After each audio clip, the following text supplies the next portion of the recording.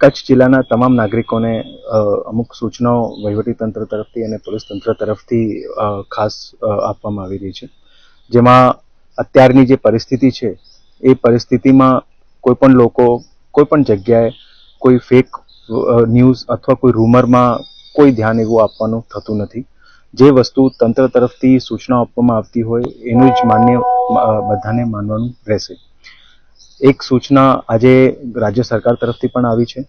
એમાં ખાસ કરીને લોકો કોઈ પણ જગ્યાએ કોઈ એનું સેલિબ્રેશન થતું હોય તો ના ही ફટાકડા ઉપયોગ કરવાનું અને ના ही ડ્રોનનો ઉપયોગ કરવાનું.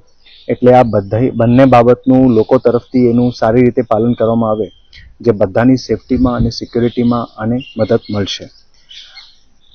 કોઈ પણ લોકો, કોઈ વ્યક્તિ કોઈ એવી વસ્તુ પોતાના સોશિયલ મીડિયા ઉપર યા પોતાના વોટ્સએપ ઉપર અથવા તો કોઈ સોશિયલ મીડિયાના માધ્યમથી એવી ફોરવર્ડ નહીં કરે જે રાષ્ટ્ર વિરોધી તત્વોને પ્રેરિત કરતી હોય અથવા કોઈ વસ્તુ રાષ્ટ્ર વિરોધી હોય.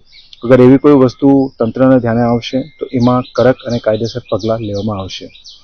જે અત્યારની પરિસ્થિતિ છે એમાં આ બધાને ખાસ અપીલ છે કે તંત્રને સહયોગ કરવાનું અને એની સાથે સાથે જેટલા પણ સ્વયંસેવી સંગઠન છે એમની પણ જેટલા એ લોકો સાથે બીજા નાગરિકો સાથે સંપર્કમાં હોય અને જે સૂચનાઓ તંત્ર તરફથી આપવામાં થતી હોય એ સ્વયંસેવી સંગઠનો પણ પોતાના માધ્યમથી લોકોને પહોંચાડે.